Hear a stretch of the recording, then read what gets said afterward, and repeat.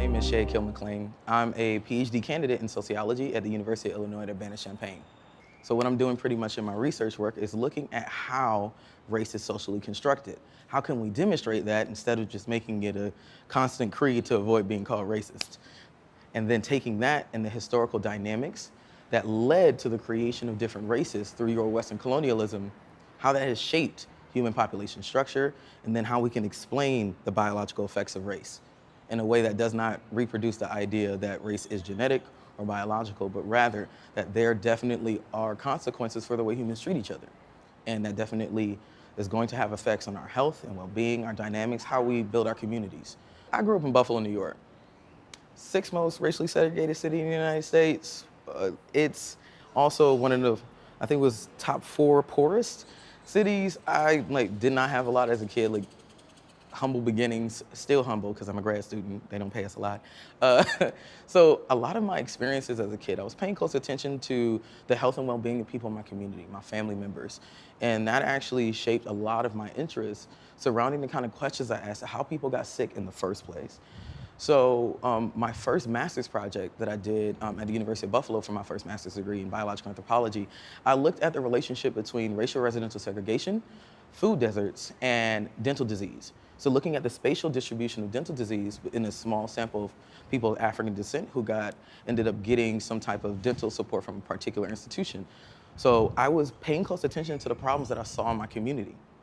And that became central to a lot of the scientific questions that I had to ask. And it led me all the way, of course, into asking larger questions about human genetics and health inequalities. I took the final paper and submitted it to the board, to the organization that I got the data from.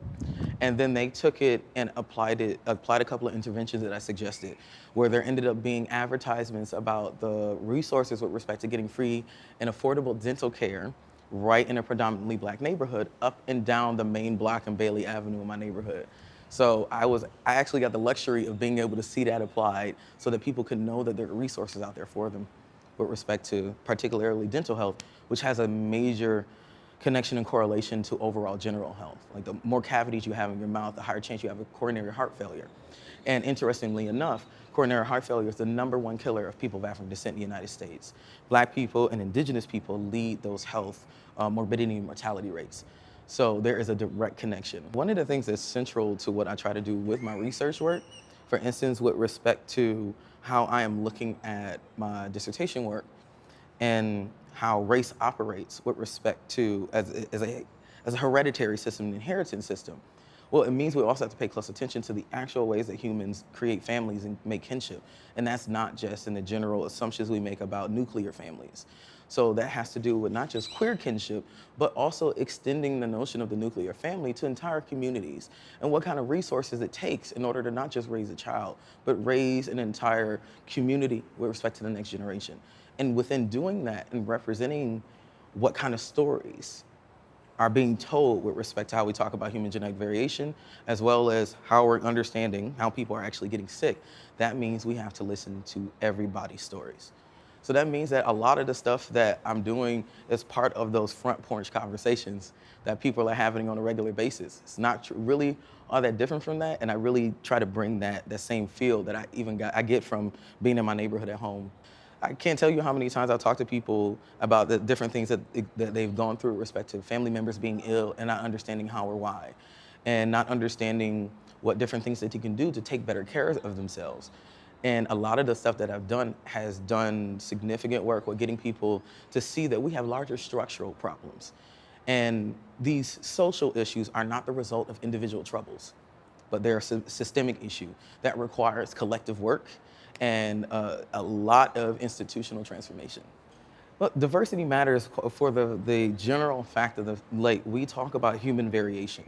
That statement elicits the fact that there's a pattern, that everybody is not the same. Not to mention the fact that evolution is built on literal variation. A population that doesn't have variation is going to go extinct. So our understanding of diversity with respect to the ways in which people are living their lives and the distribution of resources, the different kinds of communities that people live in, those stories are also part of their health and well-being. So you have no organism without its environment. So biological anthropology is part of having those conversations with respect to organisms and their environment dynamics. What do we actually have to say about what happens in continuing a different organism from generation to generation? So trying to take that away, take diversity in any sense out of biological anthropology has the horrible consequence of also taking evolution out of it.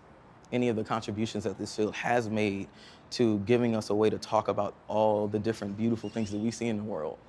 Well, diversity is a part of that because it's also a part of the human story. So one of the things I think really is required when it comes to inclusivity is changing the way we generally teach and talk about our scientific work. So a lot of the foundations of knowledge production in biological anthropology are connected to a number of different colonial and state formation systems and processes.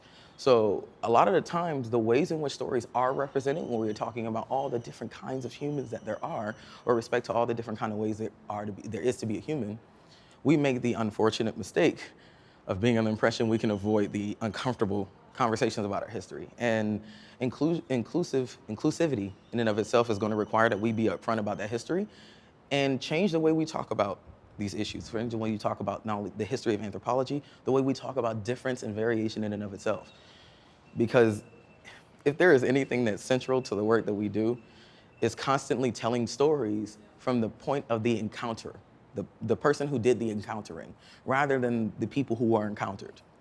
So we have to change the way we tell the story, not just about humans, but about all organisms, because clearly what humans do to each other is an ecological system. It's an ecological system that has consequences to so many other organisms that aren't human. We're connected to one another.